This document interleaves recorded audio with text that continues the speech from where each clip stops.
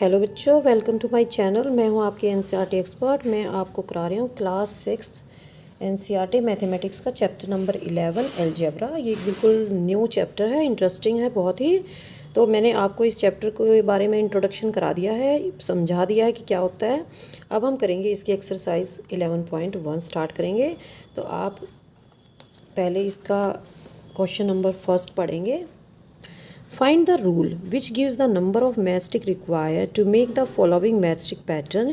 Use a variable to write the rule. हमें कुछ alphabets दे रखे हैं और हमें क्या बताना है, जो पैटर्न बनाना है मैचस्टिक पैटर्न, तो उसमें हमें रूल लिखना है इन लेटर्स के लिए। तो यहाँ पे हमारे पास 7 A से लेकर G तक हमें लेटर्स दे रखे हैं। हमें उनका पैटर्न देखना है और मैचस्टिक्स रिक्वायरमेंट बतानी है और हमें रूल लिखना है इसके अंदर। Now let us start it's very first question of exercise 11.1। Algebra कर रहे हैं हम और एक्सरसाइज कर रहे हैं 11.1। तो इसका क्वेश्चन नंबर फर्स्ट है, हमें क्या करना है, रूल देना है। Find the rule which gives the number of matchsticks. Find the rule that gives the number of matchsticks required to make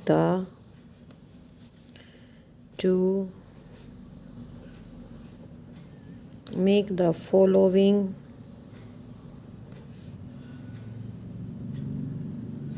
matchstick patterns. और हमें क्या करना है, यूज़ ए वेरिएबल। हमें वेरिएबल भी यूज़ करना है टू राइट द रूल। तो जब हम रूल लिखेंगे तो हम वेरिएबल को यूज़ करेंगे। तो आप क्वेश्चन को पहले ध्यान से पढ़ेंगे, उसके बाद ही क्वेश्चन स्टार्ट करेंगे। Find the rule that gives the number of matchsticks required to make the following matchstick patterns. Use a variable to write the rule. हम इसका रूल लिखने के लिए एक वेरिएबल को यूज़ करेंगे।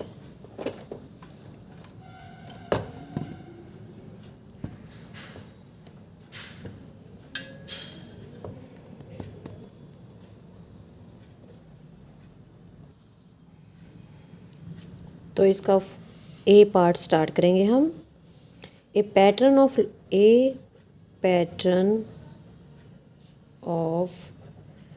Letter T as. तो हमें लेटर टी का पैटर्न बनाना है। तो आप देख सकते हैं इसके अंदर हमें 2 मैचस्टिक की रिक्वायरमेंट होगी इस तरह से। तो इसका जो रूल बनेगा वो 2n बनेगा, ठीक है। तो हम लिख सकते हैं नंबर ऑफ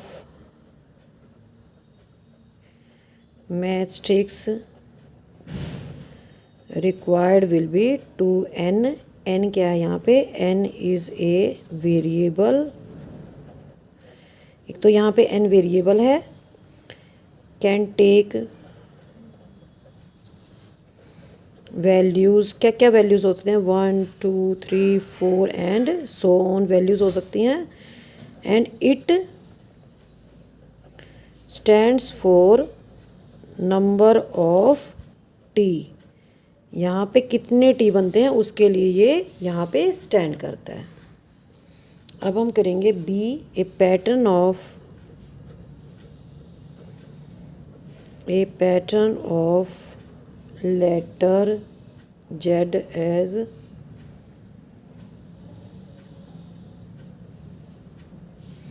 तो यहाँ पे हम देख सकते हैं कि लेटर जेड है, इसके अंदर मैचस्टिक्स कितनी लगी हैं, 1 जेड बनाने के लिए 3 मैचस्टिक्स हैं। तो हम क्या लिखेंगे, नंबर ऑफ मैचस्टिक्स रिक्वायर्ड। यहाँ पे हमारा 3n हो जाएगा। n क्या है, नंबर ऑफ जेड। जितने हम जेड बनाएंगे उसको हम 3 से मल्टीप्लाई करते जाएंगे तो हमारी नंबर ऑफ मैचस्टिक्स निकल जाएगी। A pattern of letter U. A pattern of letter U as, इस तरह से पैटर्न दे रखे हैं हमें। तो यहाँ पे आप देख सकते हैं कितनी मैच स्टिक्स यूज़ की हुई हैं, 1 2 और 3 मैच स्टिक्स यूज़ हुई हैं। तो मैच स्टिक्स को निकालने के लिए हम कौन सा फार्मूला यूज़ करेंगे, 3n यूज़ होगा इसमें। Number of match sticks required, यहाँ पे 3n होगा, और n क्या है यहाँ पे, n is number of u। यहाँ पे जितने भी u बनेंगे अगर हम उसको 3 से मल्टीप्लाई कर देंगे तो हमारी नंबर ऑफ मैच स्टिक्स निकल जाएंगी। D, a pattern of letter V, a pattern of letter V as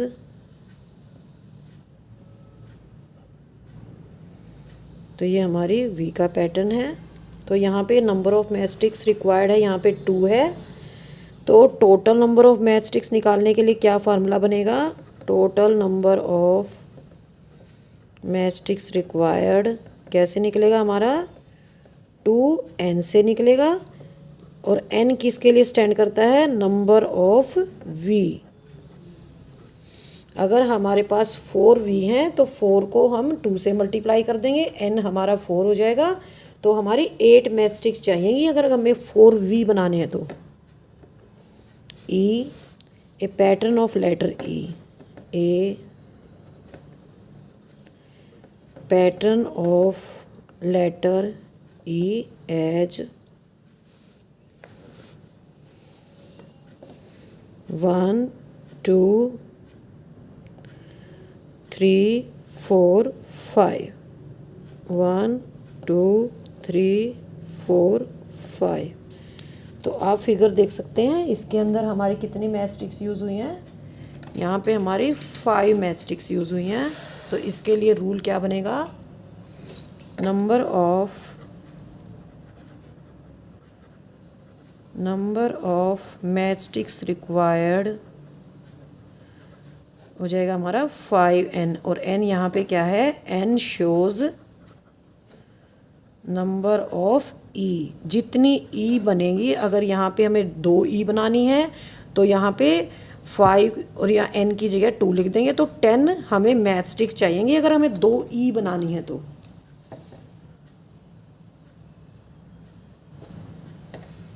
next है हमारा f,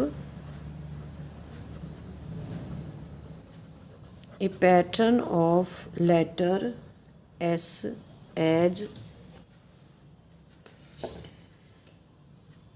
तो ये इस तरह से बनेगा 1 2 3 4 5, 1 2 3 4 5। तो इस तरह से बनेगा। तो आप देख सकते हैं इसके अंदर हमारी 5 मैच स्टिक्स यूज़ होंगी। तो नंबर ऑफ मैच स्टिक्स आ जाएगा, नंबर ऑफ साइल उठ ले match sticks required will B 1 2 3 4 5 n। और n क्या है यहाँ पे, it shows number of s। जितने s बनाने हैं वो हम n की जगह लिख देंगे तो नंबर ऑफ मैच स्टिक्स आ जाएगा।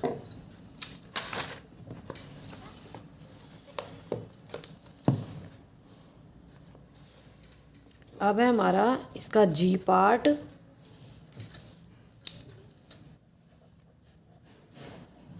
ए लेटर ऑफ पैटर्न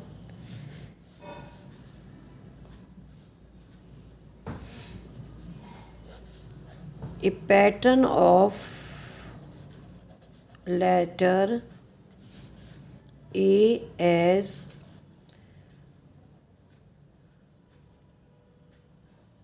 इस तरह से दे रखा है 1 2 3 4 5 6।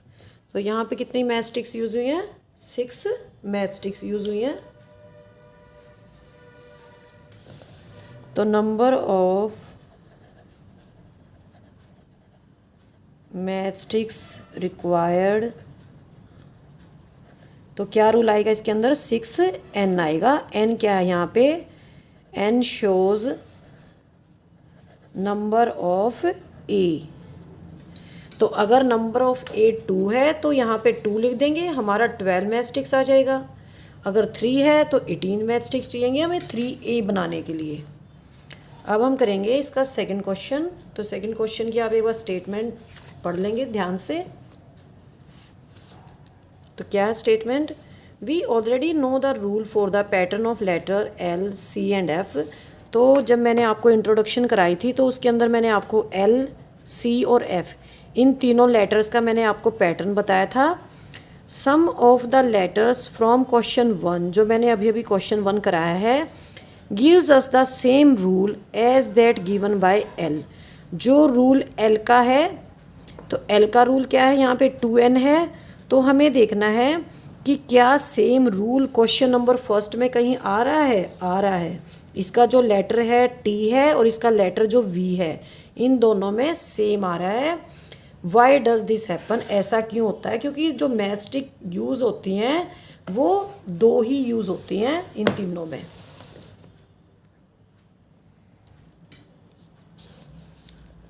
क्वेश्चन नंबर 2 करना हमें। तो रूल क्या था, rule for pattern of letters क्या क्या था, लेटर हमारा L है, इसके लिए हमारा 2n था। C है क्योंकि इसमें मैचस्टिक्स 3 यूज़ होती हैं तो यहाँ पे 3n था। F है, यहाँ पे हमारा क्या था, 4n था हमारा। तो हमें क्वेश्चन नंबर फर्स्ट में देखना है जो L का रूल है, इसका रूल 2n कौन से पार्ट में है। एक तो A पार्ट में है और एक हमारा D पार्ट के अंदर है। A पार्ट के अंदर हमारा क्या है, लेटर है T, ठीक है, और D के अंदर हमारा V है। तो यहाँ पे भी 2 मैचस्टिक यूज़ होती हैं और L के अंदर भी 2 ही मैचस्टिक यूज़ होती हैं, ठीक है। जैसे L है, यहाँ पे भी 2 मैचस्टिक यूज़ होती हैं और T में भी 2 मैचस्टिक यूज़ होती हैं और V में भी 2 मैचस्टिक यूज़ होती हैं। तो हम इसका रीज़न लिख सकते हैं। तो रीज़न लिखेंगे हम, the number of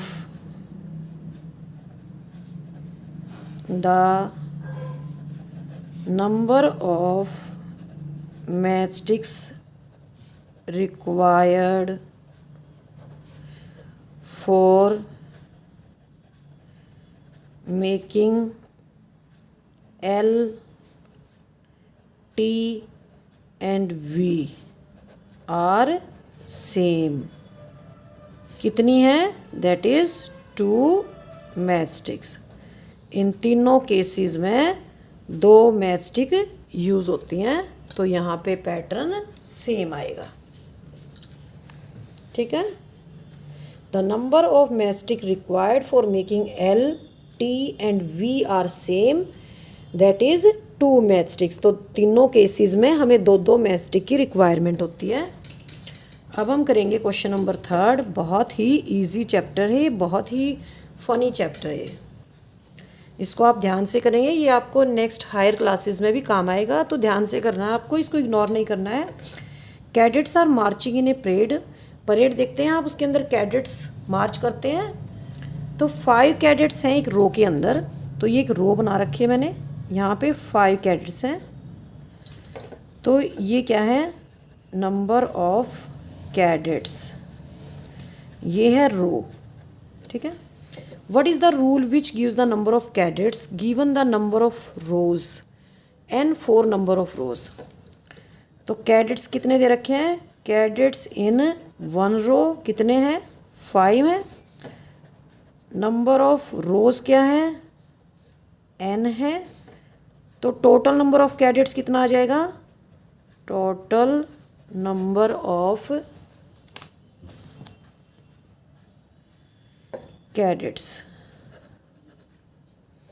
5 into n, तो ये आ जाएगा 5n कैडेट्स का नंबर आ जाएगा। ये एक रो के अंदर 5 कैडेट्स हैं, ठीक है। अगर हमारे पास रोज़ जो बनी हुई है वो n रोज़ हैं तो हम मल्टीप्लाई करेंगे। अगर हमारे पास 2 रोज़ होती तो कितने कैडेट्स होते, 10 होते। अगर हमारे पास 3 रोज़ होती तो एक रो के अंदर, एक लाइन के अंदर 5 कैडेट खड़े हैं, 5 बच्चे खड़े हैं, तो 2 रो के अंदर 10 बच्चे खड़े हैं, 3 रोज़ के अंदर 15 बच्चे खड़े हैं। और अगर हमारे पास n रोज़ हैं तो 5 को n से मल्टीप्लाई कर देंगे तो 5n कैडेट्स का नंबर आ जाएगा। अब हम करेंगे question number 4। If there are 50 mangoes in a box, how will you write the total number of mangoes in terms of number of boxes, use B for the number of boxes. तो क्या दे रखा है यहाँ पे, number of boxes दे रखा है। Number of boxes कितना है, बी है। मैंगोज इन वन बॉक्स कितने हैं, 50 हैं। मैंगोज इन बी बॉक्सेस तो कितने हो जाएंगे बी बॉक्सेस के अंदर, 50 into B is equal to 50 B mangoes. तो क्या है यहाँ पे, एक बॉक्स के अंदर कितने मैंगोज हैं, 50 हैं। टोटल बॉक्सेस कितने हैं, बी हैं, तो टोटल मैंगोज निकाल लेंगे, बी को और 50 को मल्टीप्लाई कर देंगे, 50 बी आ जाएगा। तो आपको कंफ्यूज नहीं होना है। अगर बी यहाँ पे 2 होगा तो 100 मैंगोज हो जाएंगे, अगर बी यहाँ पे 10 होगा तो 50 को 10 से मल्टीप्लाई करेंगे, 500 मैंगोज हो जाएंगे। अब हम करेंगे इसका क्वेश्चन नंबर 5।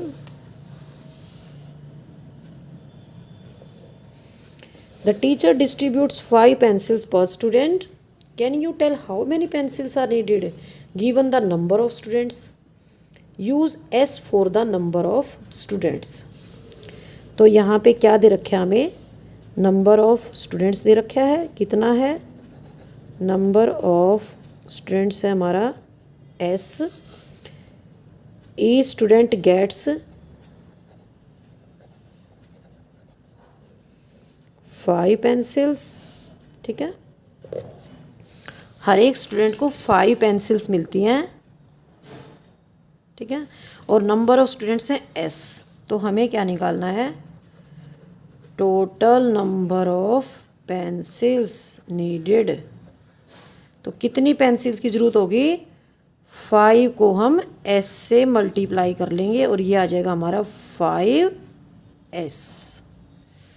अगर एक बच्चे को 5 पेंसिल दी जाती हैं और टोटल बच्चे अगर s हैं तो 5s पेंसिल्स की रिक्वायरमेंट होगी टोटल।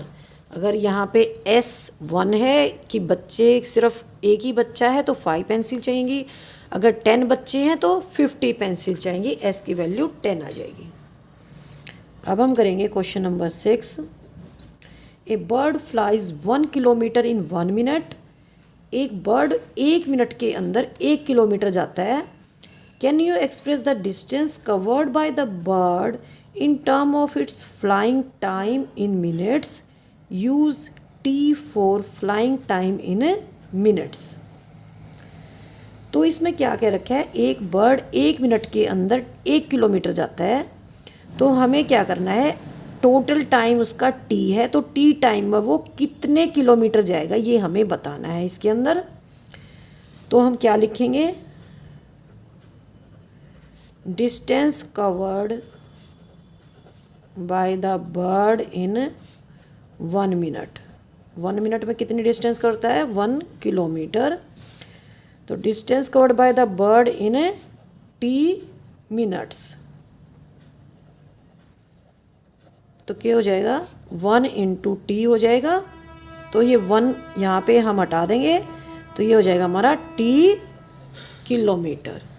अगर यहाँ पे ऐसे होता कि 1 मिनट में वो 1 किलोमीटर जाता है तो 5 मिनट में कितना जाएगा, तो 5 और 1 को मल्टीप्लाई कर देते। लेकिन हमें यहाँ नंबर ना दे के टी एक वेरिएबल दिया हुआ है, तो हम 1 किलोमीटर को टी से मल्टीप्लाई कर लेंगे और ये आ जाएगा हमारा T kilometre.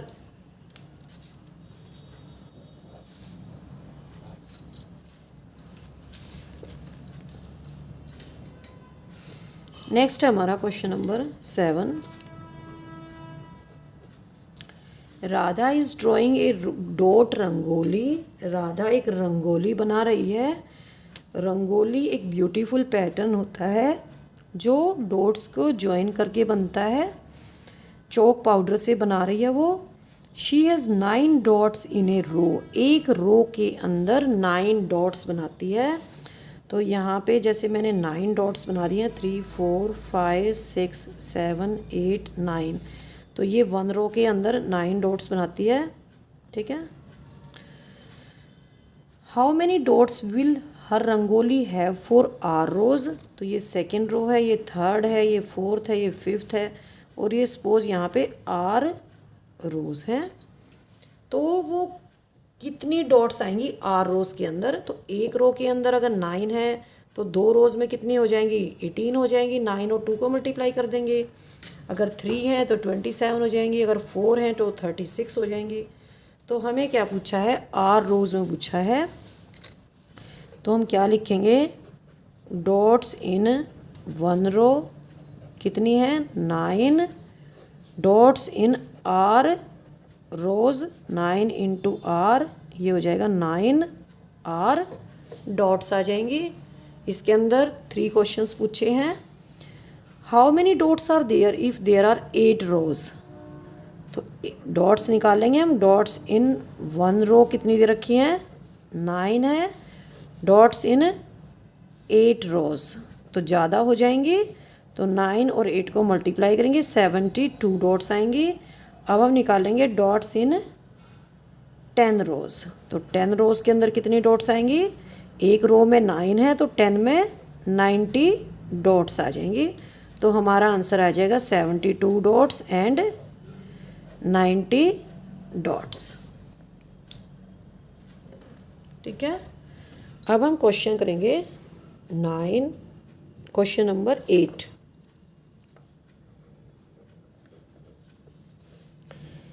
Leela is Radha's younger sister. Leela Radha की छोटी बहन है। कितनी छोटी है वो राधा से, 4 साल छोटी है। Can you write Leela age in terms of Radha age. आपको लीला की एज लिखनी है लेकिन राधा की एज की टर्म्स में लिखनी है। Take Radha age to be x years. तो हमें हिंट दे रखी है, लेट राधाज एज कितनी है, x ईयर्स है। तो लीला कितनी छोटी है, राधा से 4 साल छोटी है। तो अगर हम इसमें से 4 साल घटा देंगे तो लीला की एज आ जाएगी। ठीक है। अगर हमें x की वैल्यू पता हो तो हम लीला की एज निकाल सकते हैं। अगर x की वैल्यू यहाँ 20 है तो लीला की एज कितनी आ जाएगी, 16 आ जाएगी। अगर यहाँ पे 16 है तो लीला की एज यहाँ पे 12 ईयर्स आ जाएगी। अब हम करेंगे क्वेश्चन नंबर 9।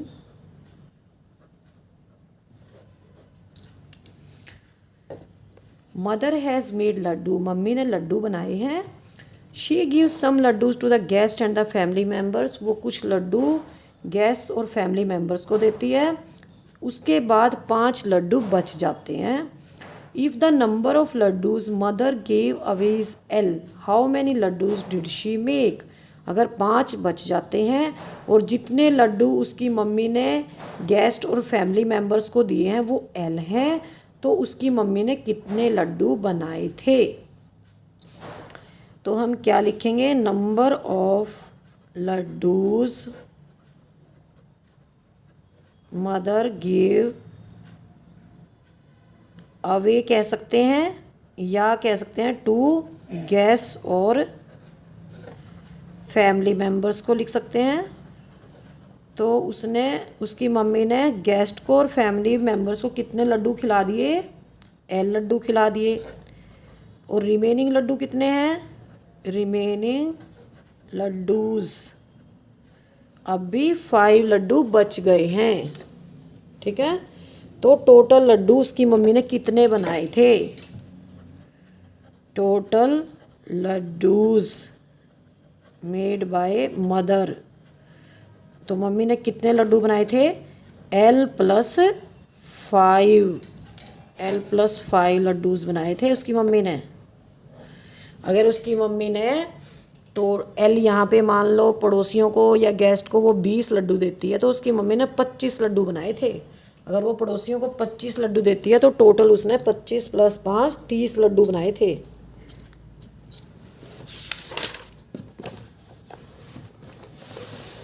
अब हम करेंगे इसका क्वेश्चन नंबर 10।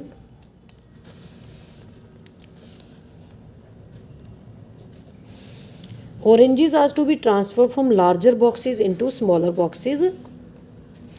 बड़े बॉक्स में से छोटे बॉक्स के अंदर ऑरेंजेस डाल दिए हैं। एक लार्ज बॉक्स है हमारे पास, उसको हम खाली करते हैं तो ऑरेंजेस इतने ज़्यादा हैं कि 2 तो छोटे बॉक्स भर जाते हैं और फिर भी 10 ऑरेंजेस बाहर रह जाते हैं। If number of oranges in a small box are x, what is the number of oranges in the larger box. तो अगर छोटे बॉक्स के अंदर x ऑरेंजेस हैं और 10 ऑरेंजेस बचे हुए हैं और छोटे बॉक्स 2 हैं, तो लार्ज बॉक्स के अंदर कितने ऑरेंजेस थे।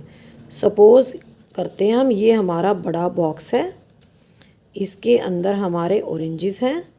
ठीक है, मैंने इनको काउंट नहीं किया है, मैं ऐसे ही बना रही हूँ इनको ऑरेंजेस को। ठीक है, ये हमारा बॉक्स बिल्कुल भरा हुआ है ऑरेंजेस से। ठीक है, अब मैंने इसको खाली कर दिया है तो क्या पोजीशन आती है। मेरे पास 2 बॉक्स हैं, ये मेरे पास 2 बॉक्स हैं, छोटे वाले हैं। इसमें मैंने ऑरेंजेस जो बाहर निकले पड़े हैं, ये जो बड़ा बॉक्स है पड़ोसी का, उसने मांग लिया मेरे से। अब मैं क्या करूं, तो मैं क्या करती हूँ, छोटे बॉक्स है मेरे पास, उनके अंदर मैं ऑरेंजेस डाल देती हूँ। लेकिन अभी 10 ऑरेंजेस और बच जाते हैं, तो अब 10 ऑरेंजेस बच जाते हैं। तो ये जो छोटा बॉक्स है इसके अंदर x ऑरेंजेस हैं और ये जो दूसरा छोटा बॉक्स है इसके अंदर भी 10 ऑरेंजेस हैं और ये हमारे 10 ऑरेंजेस x ऑरेंजेस हैं दोनों बॉक्सेस के अंदर x और यहाँ पे 10 ऑरेंजेस मेरे और बच जाते हैं। तो पूछा है जो ये बड़ा बॉक्स है, लार्जर बॉक्स है, तो इसकी कैपेसिटी कितनी है। तो इसको कैसे निकालेंगे, इन दोनों को प्लस कर देंगे, x + x + 10। ठीक है, तो ये हो जाएगा मेरा 2x + 10। तो ये क्या आ जाएगा, number of oranges in the larger box क्या आ जाएगा, 2x + 10। तो ये हमारा आंसर आ जाएगा। एक लाइन यहाँ जरूर लिखनी है, oranges in small box, small box के अंदर कितने ऑरेंजेस हैं, number of oranges, number of oranges in the small box कितने दे रखे हैं, x मान रखा है, ये आपकी बुक में ही दे रखा है। ठीक है, तो अगर हम लार्जर बॉक्स की कैपेसिटी देखेंगे तो x को प्लस करेंगे और 10 ऑरेंजेस को प्लस करेंगे, 2x + 10 आ जाएगा। तो number of oranges in the larger box आ जाएगा हमारा 2x + 10। अब हम करेंगे क्वेश्चन नंबर 11। ये इस एक्सरसाइज का 11.1 का लास्ट क्वेश्चन है, क्वेश्चन नंबर 11। मैं आपको एक बार फिगर दिखा देती हूँ, आप ध्यान से देखेंगे इस फिगर को। Look at the following matchstick pattern of the squares. ये स्केयर्स बना रखे हैं, तो एक स्केयर बनाने के लिए कितनी मैचस्टिक यूज़ हुई है, यहाँ पे 4 हैं। The squares are not separate, तो स्केयर्स यहाँ पे अलग अलग नहीं बनाए हैं। तो यहाँ पर एक कॉमन मैचस्टिक है, जैसे ये 2 स्केयर्स हैं तो उनके बीच में ये कॉमन मैचस्टिक है, ये वाली मैचस्टिक कॉमन है। Observe the pattern and find the rule that gives the number of matchsticks. तो हमें क्या करना है, पैटर्न को देखना है और रूल निकालना है जिससे हम मैचस्टिक्स की जो क्वांटिटी है उसका नंबर है वो कितना आएगा। तो यहाँ पे मैं बना देती हूँ एक बार। ये हमारा एक स्केयर है, इसके अंदर मैंने 4 मैचस्टिक्स यूज़ की हैं। नेक्स्ट है हमारा, इसके अंदर मैंने एक कॉमन मैचस्टिक यूज़ की है बीच में। तो यहाँ पे हमारी कितनी मैचस्टिक्स हैं, 4। तो यहाँ पे हमारी मैचस्टिक कितनी यूज़ हुई है, मैं एक बार पैटर्न बना देती हूँ सारे, उसके बाद मैं आपको कराऊंगी। तो ये हमारा 3rd पैटर्न है। ठीक है, और इसके बाद हमारा लास्ट पैटर्न है जिसके अंदर 4 स्क्वायर्स हैं।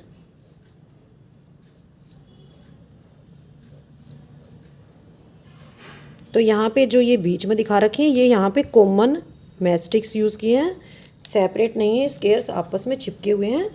तो यहाँ पे नंबर ऑफ मैच स्टिक्स कितना है, यहाँ पे नंबर ऑफ मैच स्टिक्स है 4 और यहाँ पे नंबर ऑफ मैच स्टिक्स 1 2 3 4 5 6 और 7। यहाँ पे 7 मैच स्टिक्स यूज़ हुई हैं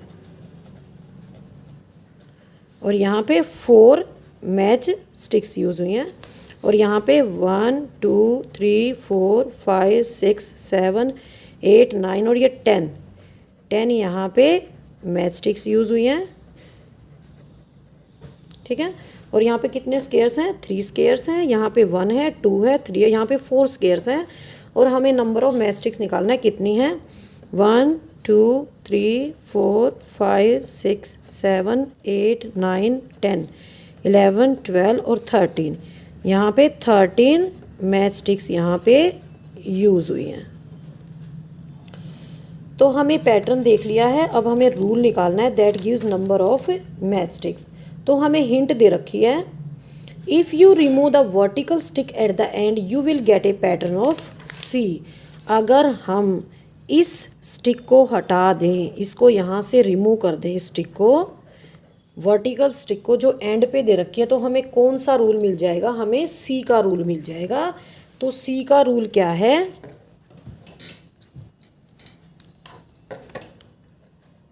rule for number of match sticks required for pattern of C. C का पैटर्न बनाने के लिए हम कर चुके हैं कि इसके लिए रूल होता है 3n। तो ये रूल हमें कब मिलेगा, जब हम इस लाइन को हटा देंगे। तो अगर हम इस लाइन को, लेकिन यहाँ तो हमें लाइन को हटाना नहीं है, हमें तो यहाँ पे स्क्वायर पैटर्न बनाना है। तो इसके लिए रूल हमारा क्या बन जाएगा, इसके लिए रूल फॉर स्क्वायर पैटर्न, तो इसके लिए रूल हमारा बन जाएगा 3n+1। ठीक है, आप देख सकते हैं if n is equal to 1 तो नंबर ऑफ मैच स्टिक्स कितना है, 3n+1, 3 × 1 + 1 ये हो जाएगा हमारा 4 मैच स्टिक्स। अगर n की नंबर ऑफ स्क्वायर्स 2 है तो ये हो जाएगा 3 × 2 + 1, ये हो जाएगा हमारा 7 मैच स्टिक्स। अगर यहाँ पे नंबर ऑफ स्क्वायर 1 है तो हो जाएगा 3n+1, n की वैल्यू 1 है। अगर n की वैल्यू 2 है तो ये हो जाएगा 3 × 2 + 1, 7 मैच स्टिक्स आ जाएगा। n की वैल्यू नंबर ऑफ स्क्वायर्स 3 है तो 3n+1 कितना हो जाएगा, 3 × 3 + 1 10 हो जाएगा match sticks. If n is equal to 4 है तो 3n+1 हो जाएगा 3 × 4 + 1, ये हो जाएगा हमारा 13 और यही हमारा इस पैटर्न में आता है। यहाँ पे 13 मैच स्टिक्स हैं अगर n की वैल्यू 4 है, यहाँ पे 10 मैच स्टिक्स हैं अगर n की वैल्यू 3 है। नंबर ऑफ स्क्वायर्स n, यहाँ पे नंबर ऑफ स्क्वायर्स है, यहाँ पे नंबर ऑफ स्क्वायर्स है 2 तो ये हो जाएगा 3n+1, 7 मैच स्टिक्स। और यहाँ पे नंबर ऑफ स्क्वायर 1 है तो 3n+1, n यहाँ पे 1 होगा, नंबर ऑफ स्क्वायर 1 है तो 4 मैच स्टिक, ms यहाँ पे मैच स्टिक्स की वैल्यू है। ये हमारा क्वेश्चन 11 का ए पार्ट है, क्वेश्चन नंबर 11 का पार्ट ए है। अब हम क्वेश्चन नंबर 11 का पार्ट बी करेंगे, 11 का पार्ट बी करेंगे। हमें एक मैच स्टिक पैटर्न दे रखा है ट्राइंगल्स का। तो जैसे हमने अभी एक क्वेश्चन में किया है, हमें जनरल रूल निकालना है किसके लिए, नंबर ऑफ मैच स्टिक्स के लिए in the number of, in terms of number of triangles. तो यहाँ मैं एक बार पैटर्न बना देती हूँ, इस तरह से पैटर्न बना हुआ है।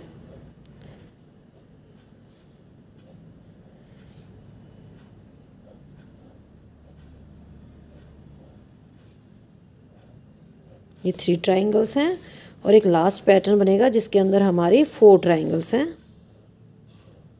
1 2 3 और ये हो जाएगा हमारा 4। तो अब हम इसके अंदर नंबर ऑफ मैच स्टिक्स लिखेंगे। कितनी है यहाँ पे हमारी 3 मैच स्टिक्स हैं। यहाँ पे 1 2 3 4 और ये इस तरह से यहाँ पे 5। यहाँ पे 5 मैच स्टिक्स हैं। ये हमारी कॉमन साइड्स हैं, ये हमारी यहाँ पे कॉमन साइड्स हैं, इनको हम बार बार काउंट नहीं करेंगे।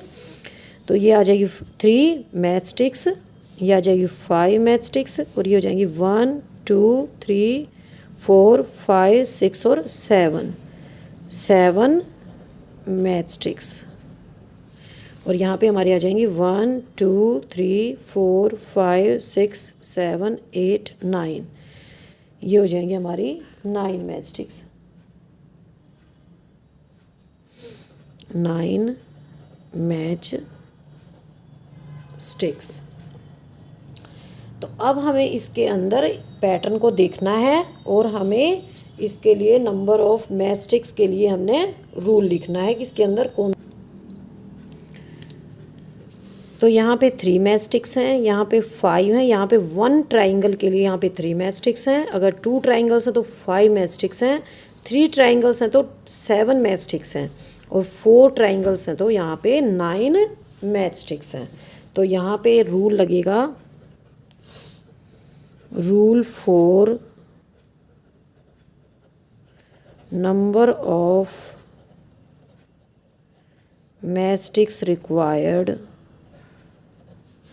तो ये हो जाएगा हमारा 2n + 1। n यहाँ पे क्या है, नंबर ऑफ ट्राइएंगल्स। तो हम इस रूल के द्वारा प्रूव कर सकते हैं कि ये रूल हमारा बिल्कुल करेक्ट है। यहाँ पे जो मैंने 11a कराया था, यहाँ पे n क्या है, n यहाँ पे नंबर ऑफ स्क्वायर्स के लिए स्टैंड करता है, ठीक है। और यहाँ पे n क्या है, नंबर ऑफ ट्राइएंगल्स शो करता है। तो इफ़ n = 1 तो 2n + 1 कितना हो जाएगा, 2 × 1 + 1 3 हो जाएगा। ये हमारी 3 मैच स्टिक्स के लिए है, तो ये हो जाएगा 1 ट्राइएंगल के लिए, ठीक है। इफ़ n = 2 तो ये हो जाएगा 2n + 2, 2 × 2 + 1, तो ये हो जाएगा हमारा 5। तो ये हमारा 2 ट्राइंगल्स के लिए है। ये जो 5 मैच स्टिक्स हैं, 2 ट्राइंगल बनाने में हमारी 5 मैच स्टिक लगी हैं।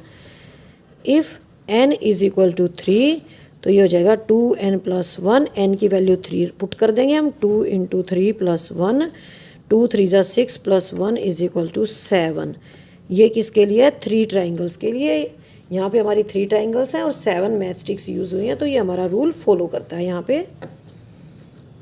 इफ़ n = 4 है तो 2n + 1 कितना हो जाएगा, 2 × 4 + 1, 8 + 1 = 9। तो ये हो जाएगा हमारा 4 ट्राइंगल्स के लिए। तो ये हमारी 4 ट्राइंगल्स हैं और इसके अंदर हमें 9 मैच स्टिक्स की रिक्वायरमेंट है। तो आपकी एक्सरसाइज 11.1 हो गई है कंप्लीट। नेक्स्ट टाइम मैं आपको कराऊंगी use of variables in common rules. जो वेरिएबल होते हैं इनका कॉमन रूल्स में क्या यूज़ होता है, तो नेक्स्ट टाइम मैं आपको ये कराऊंगी। अगर आपको मेरी वीडियो अच्छी लगी है तो इस वीडियो को लाइक ज़रूर करें और मेरे चैनल को सब्सक्राइब करें। बाय बाय बच्चों, हैव ए नाइस डे।